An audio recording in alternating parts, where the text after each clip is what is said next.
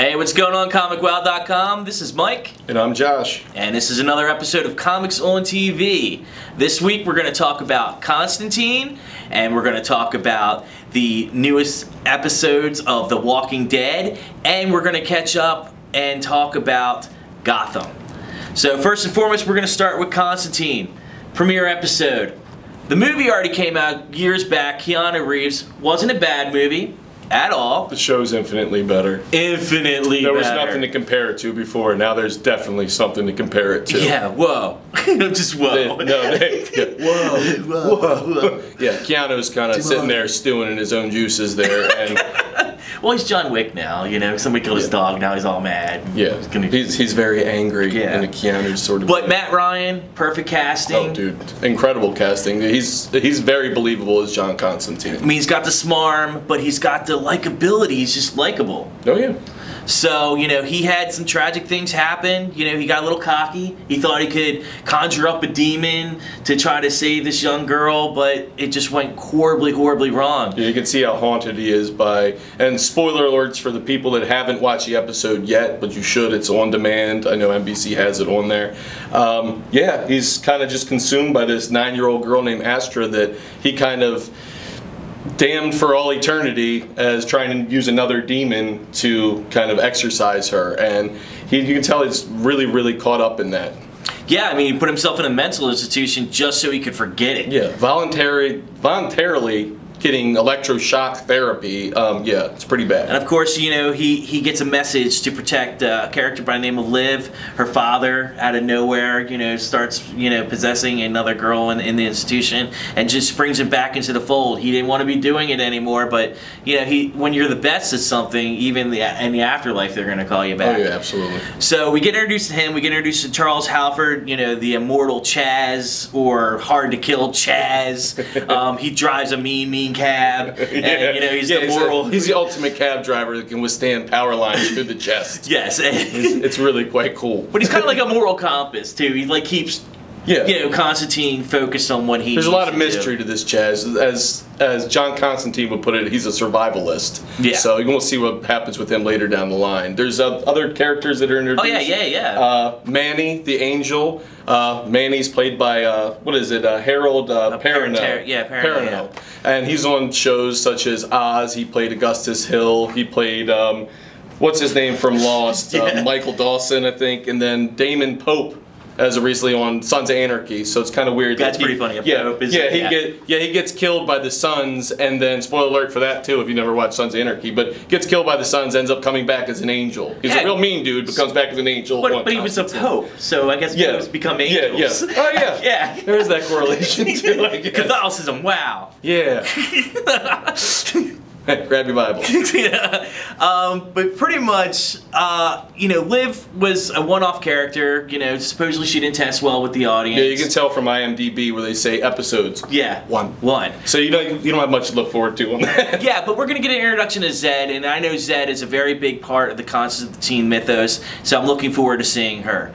So it's also that, you know, Constantine takes her to the little house of her father in the woods, and you get all the occult stuff. Oh yeah, and those Easter eggs. Yeah. Easter egg wise, she picks up a helmet. For those of you who know, that's Dr. Fate. So we don't know what DC's trying to really tease here because, you know, it's a pretty big deal. To and put Constantine derived. He came from Swamp Thing. So God, how awesome would it be to see Swamp Thing on TV again? Yeah, that'd be pretty cool. Yeah, that'd be really, really cool. So we're gonna move on to The Walking Dead.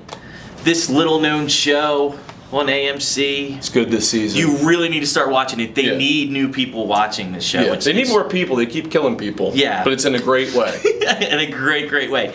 Honestly, on Comics on TV, we haven't talked about it yet, but we're going to go quick. We're going to say, Terminus, what? They destroyed that place, and they left no survivors. Rick has gone comic book Rick. He's gone vengeance big time. Yeah, I mean, vengeance Rick. He's badass Rick. Yeah. I mean, he's coming there tearing through some stuff. Yeah, they come across, you know, after they just decide to show who's boss, you know, and show that the group of good people are, you're not going to take any crap. They, you know, stumble upon a church and, you know, they start thinking, hey, we're going to be normal again. We found a roof. To meet the world's biggest baby of a priest, Gabriel. Oh my God, Gabriel. The zombie apocalypse. Another Oz character. Yeah, too, and The Wire and whatever else The Wire. But They just keep going, cycling through casting. The zombie apocalypse is going on for over a year now. Rick grew this really great beard. You know time has passed. Yeah, okay. He's happy-go-lucky in the church. Dude, there's walkers out there, okay? And you can't be that scared and not know what's going on yet. Well, if we fast forward through, because we can't cover all the earlier episodes that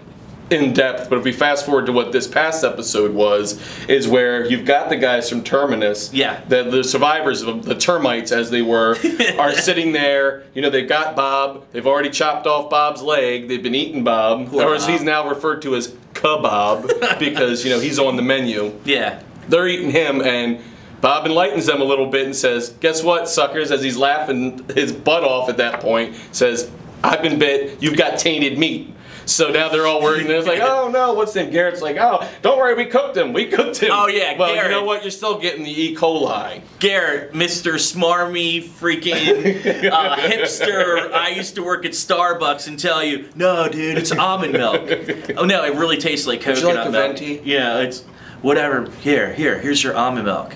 Thank you for coming to Starbucks. But the attitude, just I don't care. Oh, But Gareth knows everybody's name. But you know, but Bob made Why does Gareth know everybody's name? But I think, you know, he knows everybody's name. He's running the census of the. Yeah, he's the census taker of The Walking Dead. That's it. There's only X amount of people still left alive that aren't walkers, and we have a tally of all of them. He knows more of the characters' names than I do, and he's like spent a couple days with them.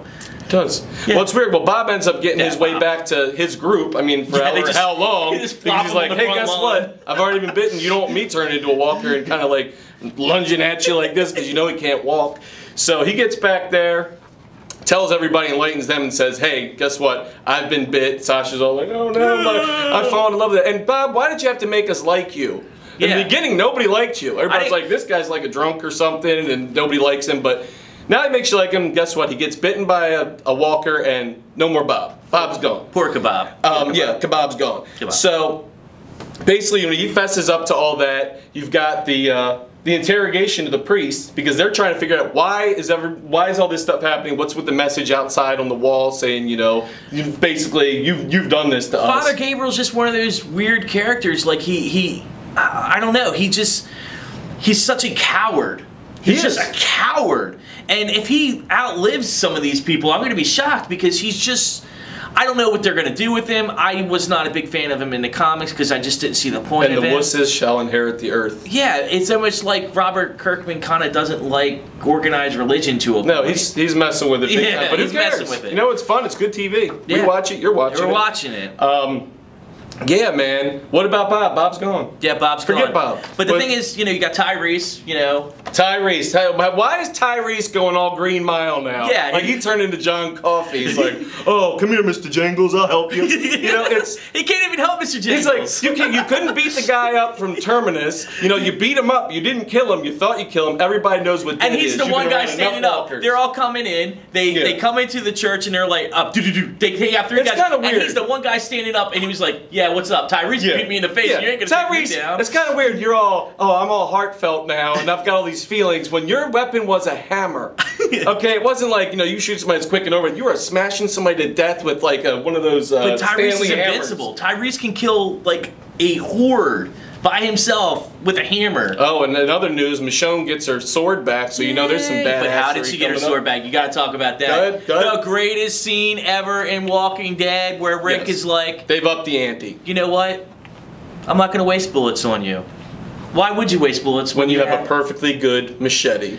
See, in that part, it's where Rick, they go after the termites are already coming for them. You think, oh crap, Judith's there, Carl's there, Gabriel. Nobody cares about Gabriel, but Gabriel's sitting there, and you know what?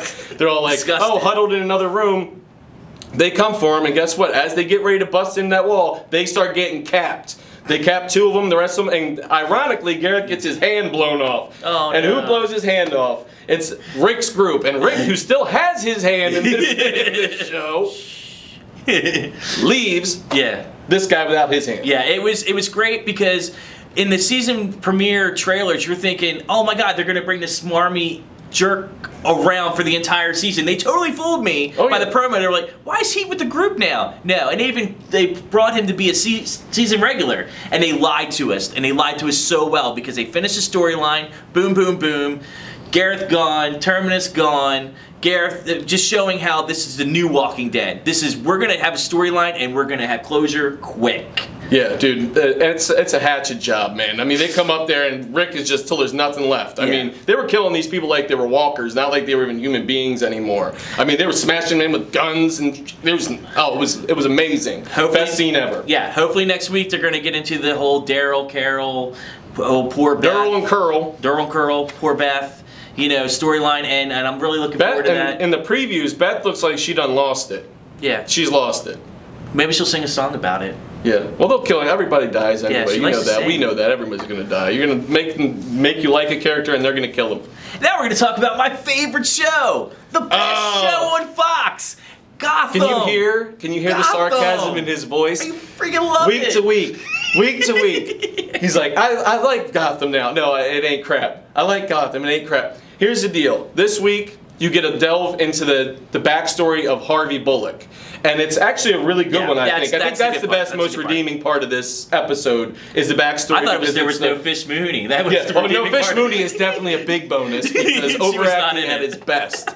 But you get it's the Spirit of the Goat episode, where you have this maniac going around killing like the Gotham's top 1%, their children, and the firstborn of that, so they can kind of stick it to the top 1%. But it's almost like they're controlled. So you got that, but you realize that this is something that's occurring from the past. It's already happened. Oh yeah. Where Harvey's already taken care of this person, or so he thought. I thought it had like they were gonna do some kind of supernatural element with the goat, and I was like, oh, this might be really interesting. And then they humanize it more. They humanized and made real world terms with Gotham, which they've been making as their choices. They haven't been doing anything superhuman or anything like that. The way I look at Gotham as a whole as a TV show, because this is my first time to sound off about it on this, but it's more like CSI Gotham. Okay. That's the way I look at this show. There's no Batman, there's just the police department, there's corruption, there's everything else, but it's what you expect to see on a crime show. And that's what it is. All it is basically a crime show. It's not so much about the books. I mean, the Penguin is the best part of Gotham, because easily. Casting on that, I think bar none takes it. Yeah. I mean, his creepy scenes with his mom, Yeah, that is a little bit creepy. There's a time where you just stop letting your mom wash you're at your least in your 20s, and your mom should stop giving you a bath. Yeah. Okay? That's a little bit shitty. But it's always great. He chews up scenery every time he's on there. I could talk about the Penguin all day. Yeah, but the whole Spirit of the Goat thing is obviously you find out the Spirit of the Goat, this is not a copycat killer anymore. Harvey thinks he killed this guy back in the day. It comes back in the same thing with the same MO with putting this penny in the back of their head. Yeah. And you're right. I mean, nobody else would have known that. It showed a whole different side of Harvey. It shows how he was made. Yeah. I like to call it Dark Harvey Rises. Basically, is what this is. Gotham created him. You said that exactly. When we were talking. They said there are no heroes in Gotham, and that's what Detective Dix was trying to tell him. Who was Clueless's dad or whatever, from the movie back in. Oh yeah, well So anyway, so he's in there. Good to see him back. Yeah, it's good to see him on TV. But he's trying to tell him Gotham has no heroes, and Harvey's much like Gordon, runs into this thing. Girl's already dead. There's no use. But guess who gets crippled? Detective Dix takes the fall. You find out Harvey actually helps him, pays his bills, does everything for him, because I guess he feels bad. But you see that softer side. So Harvey wasn't always a jerk. Yeah, and you see almost why he's been doing some kind of kindness for Gordon so far, even though you think he hates him. At the end of the day, it's just an image for him. He's just doing that. That's not the real Harvey inside. He's just doing this. And can we can we talk about for a second? I know this is a very long video, but talk about for a second, as well as the casting is with it, but how useless Edward Nygma is in this kind of thing. Yeah, I mean the addition of this weird, awkward, he's trying to hit on the girl, and it just had no closure or beginning. So they're teasing some, I guess, towards the holiday aspect of things, teasing stuff. Maybe even as the buzz on the internet is a future Harley Quinn, which doesn't really make sense to anybody, I don't think. What's that thing from the League? The Crampton or the... Oh, Krampus? The Krampus. Yeah. Maybe the Krampus. Krampus would be awesome. My oldest daughter loves Krampus, by the way. Yeah. Maybe the Krampus is coming. Yeah. Send in the Krampus. Get rid of the Kringle. Yeah. And take Edward Nygma with you, because we don't need him. Still, the casting's good for that. I just wish they gave him more to do. I think that's what they're trying to do. I do like the riddles and he does put in there, because that is a cool thing, but you don't need too much of Edward Nygma, because I think he's Well, you don't you don't need need Barbara at all. Barbara's pointless. Well, let's see. Barbara. She's hot. Barbara and Montoya. I'd like. We're flashing back to Harvey's backstory. Yeah. Let's flash back to Barbara's backstory. Like maybe a few flashbacks. Hot tub, her and Montoya, or whatever, just hanging out, lesbian tendencies. Yeah. Great. That makes for great TV. Yeah. I like it. You'll like it. I like it. You know. But there's none of that. It's all like, I loved you at one time, and I still think about you, and it's just all this bitter. Yeah, Gordon killed the penguin. Oh no! And that's I have the other proof. thing. And there's a penguin walking in, going, "No, you don't." Yeah, penguin. Guess who shows up when they're like, "Oh no!" And Harvey's just sitting there like, "Oh, of course you didn't kill him. I know you did." He's like, "Oh, you SOB, you didn't kill him." It's honestly a great setup for next week's episode. Harvey would rather be in a penitentiary than have Falcone and all them know that he didn't have the penguin killed. Well, I hope you enjoyed this week of Comics on TV. Please comment at the bottom. Boop, boop, boop, boop, boop, boop, boop, Right there. You can like us on Facebook. You can follow us on Twitter. And of course, subscribe to our YouTube channel so that way you get updates to every video that comes out each week right to your email. I was lucky enough to do this Comics on TV with Josh this week, and I'm honestly think we're going to do this on a weekly basis now with Gotham and We might just do that. Yep, so see you guys on ComicWow.com. Make sure you start your profile, get your news, share things, and get involved, man. It's your social network.